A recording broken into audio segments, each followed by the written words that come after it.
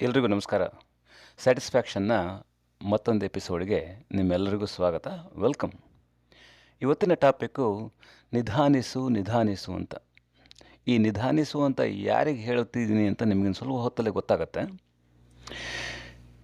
ಏನಪ್ಪ ಅಂತಂದರೆ, ಕಳೆದ 40 ದಿನಗಳಿಂದ ಟ್ರಂಪ್ ಆಡಳಿತ ಒಂದು ದೊಡ್ಡ ಅಧ್ಯಾಯ ಮುಗಿಸ್ತಾ ಇದೆ, ಅಥವಾ ಒಂದು ದೊಡ್ಡ ಕರ್ಮಕಾಂಡನೇ ಹುಟ್ಟಿಸ್ತಾ ಇದೆ ಅಂತ ಅನಿಸತ್ತೆ.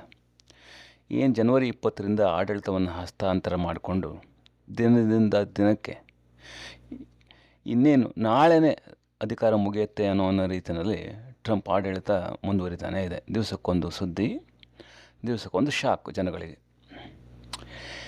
ಈ ಎಲ್ಲದಕ್ಕಿಂತ ಮುಖ್ಯವಾಗಿ ಸುದ್ದಿಗೆ ಅಥವಾ ಚರ್ಚೆಗೆ ಗ್ರಾಸವಾಗ್ತಾ ಇರೋದು ಡೋಜ್, ಡಿಪಾರ್ಟ್ಮೆಂಟ್ ಆಫ್ ಗೌರ್ಮೆಂಟ್ ಎಫಿಷಿಯನ್ಸಿ ಅಂತ. ಏನು ಸರ್ಕಾರದ ದಕ್ಷತೆಯನ್ನು ಹೆಚ್ಚಿಸೋ ಸಲುವಾಗಿ ಒಂದು ಹೊಸ ಇಲಾಖೆ ತೆಕ್ಕೊಂಡು ಅದರ ಚುಕ್ಕಾಣಿನ ಇಲಾನ್ ಮಸ್ಕ್ ಕೈಯಲ್ಲಿ ಕೊಟ್ಟಿರೋದು. ನಿಮಗೆಲ್ಲ ಗೊತ್ತಿರ್ಬೋದು, ಇಲಾನ್ ಮಸ್ಕ್ ವಿಶ್ವದ ಅತಿ ಶ್ರೀಮಂತರಲ್ಲಿ ಒಬ್ಬರು. ಪ್ರೈವೇಟ್ ಸೆಕ್ಟರ್ನಲ್ಲಿ ಅನೇಕ ಕಂಪನಿಗಳ ಮಾಲೀಕರು, ಎಸ್ಪೆಷಲಿ ಇನೋವೇಷನ್ಗೆ ಹೆಸರುವಾಸಿಯಾದವರು. ಅದೆಲ್ಲ ಸರಿ, ಈ ಇಲಾನ್ ಮಸ್ಕ್ಗೂ ಟ್ರಂಪ್ಗೂ ಏನು ಸಂಬಂಧ? ಅದರಲ್ಲೂ ಡೋಜ್ಗೆ ಇಲಾನ್ ಮಸ್ಕ್ಗೆ ಯಾಕೆ ನಾಯಕರಾಗಬೇಕು? ಮೊದಲು ಇಲಾನ್ ಮಸ್ಕ್ ಜೊತೆಗೆ ವಿವೇಕ್ ರಾಮಸ್ವಾಮಿ ಹೆಸರು ಸೇರಿತ್ತು. ವಿವೇಕ್ ರಾಮಸ್ವಾಮಿ ಪ್ರೆಸಿಡೆನ್ಷಿಯಲ್ ಎಲೆಕ್ಷನ್ನಲ್ಲಿ ಅಮೇರಿಕದ ಉದ್ದಗಲ ಓಡಾಡಿ ಮಾತಿನ ಮೂಲಕ ಒಂದು ಚಾರ್ಮನ್ನು ಕ್ರಿಯೇಟ್ ಮಾಡಿದರು. ಆದರೆ ಈಗ ವಿವೇಕ್ ರಾಮಸ್ವಾಮಿ ಒಹಾಯೋನಲ್ಲಿ ಸೆನೆಟ್ ರೇಸಲ್ಲಿ ಬ್ಯುಸಿ ಇರೋದರಿಂದ ಡೋಜ್ ಯೋಗಕ್ಷೇಮ ಮತ್ತು ಉಸ್ತುವಾರಿ ನೋಡ್ಕೊಳ್ಳೋ ಎಲ್ಲ ವಿಚಾರನೂ ಕೂಡ ಮಸ್ಕ್ ಮೇಲೆ ಬಂತು. ಈಗ ಫಸ್ಟ್ ಆಫ್ ಆಲ್ ಈ ಡೋಜ್ ಯಾಕೆ ಹುಟ್ಕೊಳ್ತು ಅಂದರೆ, ಅದರ ಗೋಲ್ ಇಷ್ಟೇ: ಸರ್ಕಾರಿ ಕೆಲಸಗಾರರಲ್ಲಿ ದಕ್ಷತೆ ಹೆಚ್ಚಿಸೋದು. ಈಗ ಸುಮಾರು 3 ಮಿಲಿಯನ್ ಗೌರ್ಮೆಂಟ್ ವರ್ಕರ್ಸ್ ಇದ್ದಾರೆ ಅಮೇರಿಕದಲ್ಲಿ. ಅದನ್ನು ಕಡಿಮೆ ಮಾಡೋದು, ಅದರ ಜೊತೆಗೆ ಅನವಶ್ಯಕ ಕಾಂಟ್ರಾಕ್ಟ್ಗಳನ್ನು ಕಡಿಮೆ ಮಾಡೋದು, ಮುಖ್ಯವಾಗಿ ಫೆಡರಲ್ ಗೌರ್ಮೆಂಟಿಂದ ಯಾರ್ಯಾರು ಹಣ ಪಡಿತಾ ಇದ್ದಾರೆ ಅದನ್ನೆಲ್ಲ ಪ್ರಶ್ನಿಸಿ ಅದಕ್ಕೊಂದು ಅರ್ಥ, ಒಂದು ವೇದಿಕೆ ಕಲ್ಪಿಸೋದು. ಕಾನ್ಸೆಪ್ಟ್ ಏನೋ ಚೆನ್ನಾಗಿದೆ. ಯಾಕೆ ಇದು ಮುಖ್ಯ ಆಗತ್ತಂತಂದರೆ, ಅಮೇರಿಕದ ನ್ಯಾಷನಲ್ ಡೆಟ್, ರಾಷ್ಟ್ರೀಯ ಸಾಲ ಏನಿದೆ, ಈ ವರ್ಷಕ್ಕೆ $36 ಟ್ರಿಲಿಯನ್ ಇದೆ. ಬರೀ ವರ್ಷಕ್ಕೆ ಬಡ್ಡಿ ರೂಪದಲ್ಲೇ ಅವರು $1.25 ಟ್ರಿಲಿಯನ್ ಕೊಡಬೇಕು. ಆದ್ದರಿಂದ ಈ ಡೋಜ್ ಮುಖೇನ ಒಂದು ಅಮೇರಿಕದ ಫೆಡರಲ್ ಬಜೆಟನ್ನು ಸುಮಾರು $7 ಟ್ರಿಲಿಯನ್ 1 ಅಥವಾ 2 ಟ್ರಿಲಿಯನ್ ಕಡಿಮೆ ಮಾಡಿದ್ರೆ, ಅದರಿಂದ ಕೊನೆ ಪಕ್ಷ ಬಡ್ಡಿನಾದರೂ ಕಟ್ಬೋದು, ಬೇರೆ ಯಾವುದಕ್ಕಾದರೂ ಬಳಸ್ಬೋದು ಅನ್ನೋ ಒಂದು ತರ್ಕ ಏನೋ ಚೆನ್ನಾಗಿದೆ, ಗೋಲೇನೋ ಚೆನ್ನಾಗಿದೆ. ಆದರೆ ಯಾವುದೇ ದೇಶದ ಸರ್ಕಾರಿ ಕಚೇರಿಗಳನ್ನು ತಗೊಳ್ಳಿ, ಅಮೇರಿಕದ ಸರ್ಕಾರಿ ಕಚೇರಿ ಇರ್ಬೋದು, ಇಂಡಿಯಾ ಸರ್ಕಾರಿ ಕಚೇರಿ ಇರ್ಬೋದು, ಯಾವುದೇ ದೇಶದಲ್ಲಿರ್ಬೋದು, ಎಲ್ಲವೂ ಕೂಡ ಒಂದಲ್ಲ ಒಂದು ರೀತಿಯ ಅಧೋಗತಿನಲ್ಲೇ ಇರುತ್ತೆ. ಅಮೇರಿಕ ಕಳೆದ 248 ವರ್ಷಗಳ ಸ್ವಾತಂತ್ರ್ಯದ ನಂತರ ಕೂಡ ಒಂದು ದೀರ್ಘಕಾಲೀನ ಅವಧಿಯಲ್ಲಿ ಅನೇಕ ಸರ್ಕಾರದ ವಿವಿಧ ಮಜಲುಗಳಲ್ಲಿ ಕಣ್ಣಿಗೆ ಕಾಣುವಷ್ಟು ಅವ್ಯವಸ್ಥೆ ಹಾಗೂ ಹಣವನ್ನು ಪೋಲು ಮಾಡೋ ಸಾಕಷ್ಟು ವಿಧಿವಿಧಾನಗಳು ಹುಟ್ಕೊಂಡಿದ್ದಾವೆ.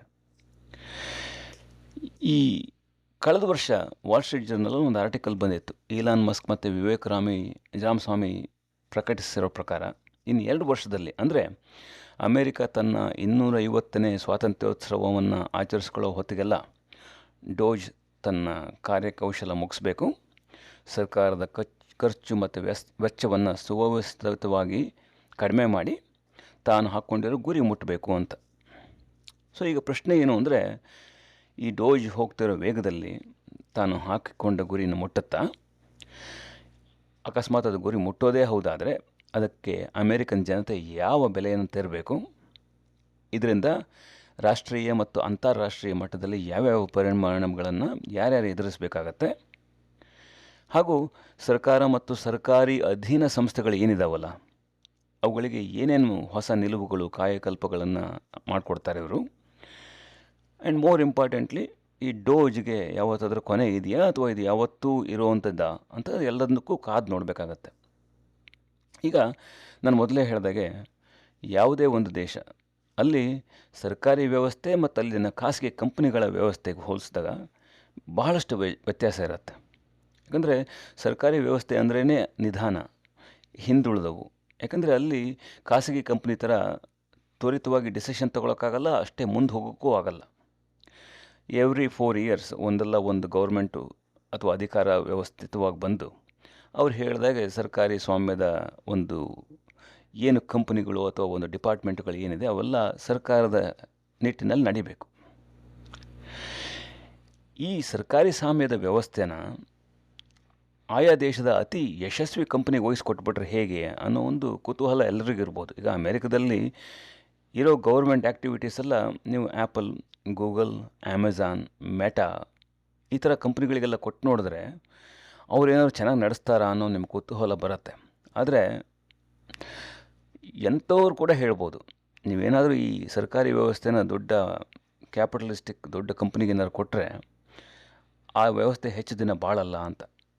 ಯಾಕಂದರೆ ಆ ವ್ಯವಸ್ಥೆಯಲ್ಲಿ ಪ್ರೈವೇಟ್ ಸೆಕ್ಟರ್ನಲ್ಲಿ ಎಲ್ಲವೂ ಆಗಿಂದಾಗೆ ಆಗಬೇಕು ಅನ್ನೋ ಒಂದು ಸ್ಥಿತಿ ಇರುತ್ತೆ. ಅವರೆಲ್ಲ ಕ್ಯಾಶ್ ಪಾಸಿಟಿವ್ ಕಂಪ್ನಿಗಳು. ಆದರೆ ಇಲ್ಲಿ ಆ ಥರ ನಡೆಯಲ್ಲ, ಬ್ಯೂರೋಕ್ರಸಿ ತುಂಬ ಇರುತ್ತೆ. ಸೊ ಇದನ್ನು ಭಾಳ ಹತ್ತಿರದಲ್ಲಿ ನೋಡಿ ಯೋಚನೆ ಮಾಡಿದಾಗ ಒಂದು ದೇಶದ ವ್ಯವಸ್ಥೆಯನ್ನೇ ಅಲುಗಾಡಿಸೋ ಮಹಾಮಂತ್ರ ಈ ಡೋಜ್. ಅದಕ್ಕೆ ಯಾವುದೇ ರೀತಿ ಒಂದು ಸಪೋರ್ಟ್ ಇರಲಿ, ಅಥಾರಿಟಿ ಇರಲಿ, ಅದು ಹೆಚ್ಚು ದಿನ ಉಳಿಯಲ್ಲ. ಯಾಕೆಂದರೆ ಸರ್ಕಾರ ಅಂದರೆ ಸಮಾಜ, ಸಮಾಜ ಅಂದರೆ ಜನಸಮೂಹ. ಇದ್ದಕ್ಕಿದ್ದ ಹಾಗೆ ನಾವು ಸರ್ಕಾರದಲ್ಲಿ ವೆಚ್ಚಗೊಳಿಸ್ತಿರೋ ಹಣನ ಕಡಿಮೆ ಮಾಡ್ತೀವಿ, ದಕ್ಷತೆನ ಹೆಚ್ಚಿಸ್ತೀವಿ ಅಂತ ಹೇಳೋದು ಭಾಳ ಸುಲಭ. ಆದರೆ ಅದಕ್ಕೆ ಇವರು ತಗೊಳ್ತಾ ಇರೋ ನಿರ್ಣಯಗಳೆಲ್ಲ ಇದೆಯಲ್ಲ ಭಾಳ ಕಷ್ಟ. ಈಗ ಅಮೇರಿಕದಿಂದ ವಿದೇಶಿ ಕಂಪನಿಗಳಿಗೆ ಮತ್ತು ವಿದೇಶಿ ಆರ್ಗನೈಸೇಷನಿಗೆ ಹೋಗೋ ದುಡ್ಡೇನಿದೆ ಅದನ್ನು ತಡೀರಿ, ಅದಕ್ಕೆ ಯಾರೂ ಆಕ್ಷೇಪಣೆ ಮಾಡಲ್ಲ. ಆದರೆ ಸರ್ಕಾರಿ ಸ್ವಾಮ್ಯದಲ್ಲಿ ಕೆಲಸ ಮಾಡೋ ಜನರಿಗೆ ತಮ್ಮ ಬುಡಕ್ಕೆ ಈ ಕೊಡ್ಲಿ ಪೇಟ್ ಬಿದ್ದಾಗ ಅದನ್ನು ಸಾಮಾನ್ಯವಾಗಿ ವಿರೋಧಿಸ್ತಾರೆ ಜನಗಳು. ಈಗ ಅಮೇರಿಕದಲ್ಲಿ ಆಗ್ತಾ ಇರೋದು ಅಷ್ಟೇ. ಪ್ರತಿದಿನ ಒಂದಲ್ಲ ಒಂದು ನಡೀತಾನೇ ಇರುತ್ತೆ ಈ ಮಸ್ಕ್ ಮತ್ತು ಟ್ರಂಪ್ ಸಲುವಾಗಿ. ಕಳೆದ ವಾರ ಒಂದು ಇಮೇಲ್ ಹೋಯಿತು, ಎಲ್ಲ ಎಂಪ್ಲಾಯೀಸ್ಗೂ ಕಳಿಸಿದ್ದಾರೆ, ಮಿಲಿಯನ್ ಗಟ್ಟಲೆ ಎಂಪ್ಲಾಯೀಸ್ಗಳಿಗೆ. ನೀವು ಕಳೆದ ವಾರ ಏನು ಕೆಲಸ ಮಾಡಿದ್ದೀರಿ ಅನ್ನೋ ಇಮೇಲ್ ಓದಿ ಅದಕ್ಕೆ ಇಂತಿಷ್ಟು ಗಂಟೆ ಒಳಗಡೆ ಉತ್ತರ ಕೊಡದೆ ಹೋದರೆ ನಿಮ್ಮನ್ನು ಕೆಲಸದಿಂದ ತೆಗಿತೀವಿ ಅಂತ. ಅರ್ಧಕ್ಕರ್ಧ ಜನ ಒಂಥರ ಬುಲ್ಲೀಡ್, ಭಯ ಹುಟ್ಟಿಸ್ಕೊಂಡು ತಕ್ಷಣ ಉತ್ತರ ಕೊಟ್ಟರು. ಈಗ ಪ್ರತಿಯೊಬ್ಬರು ಕಂಪ್ನಿಯಲ್ಲಿ ಕೆಲಸ ಮಾಡ್ತಾರೋ ಇಲ್ಲ ಅನ್ನೋದನ್ನು ಗುರ್ತು ಹಾಕಿ ಅದನ್ನು ನೋಡೋದಕ್ಕೆ ಬೇರೆ ವಿಧಿವಿಧಾನ ಇಲ್ಲವೇ? ಫಾರ್ ಎಕ್ಸಾಂಪಲ್, ಒಂದು ಪೋರ್ಟಲ್ ಓಪನ್ ಮಾಡಿ ಇವತ್ತಿಂದ ಇನ್ನು 3 ವಾರದ ಒಳಗಡೆ ಎಲ್ಲರೂ ತಮ್ಮ ಅಪ್ಡೇಟ್ ಮಾಡಿ ಅಂತ ಅಂದರೆ ಸಾಕಷ್ಟು ಜನ ಹೋಗಿ ಅದರಲ್ಲಿ ಮಾಡ್ತಾಯಿದ್ರು. ಇಮಿಡಿಯೇಟ್ ಇಮೇಲ್ ಬರೆದ್ಬಿಟ್ಟು ಅದನ್ನು ಸ್ಟೇಟಸ್ ಕೇಳೋಂಥ ಅಗತ್ಯ ಏನಿತ್ತು? ಈಗ ಇವ್ರು ಏನು ಕಡಿಮೆ ಮಾಡ್ತೀವಿ ಸರ್ಕಾರಿ ನೌಕರರ ಸಂಖ್ಯೆ ಅಂತ ಹೇಳ್ತಾ ಇದ್ದಾರೆ. ಅಕಸ್ಮಾತ್ ಒಂದು ವಿಚಾರದಲ್ಲಿ ಎಲ್ಲ ಸರ್ಕಾರಿ ನೌಕರರು ಇದರಿಂದ ಬೇಜಾರಾಗಿ ವಾಕೌಟ್ ಮಾಡಿದ್ರೆ ಅವ್ರ ಕೆಲಸ ಎಲ್ಲ ಯಾರು ಮಾಡ್ತಾರೆ?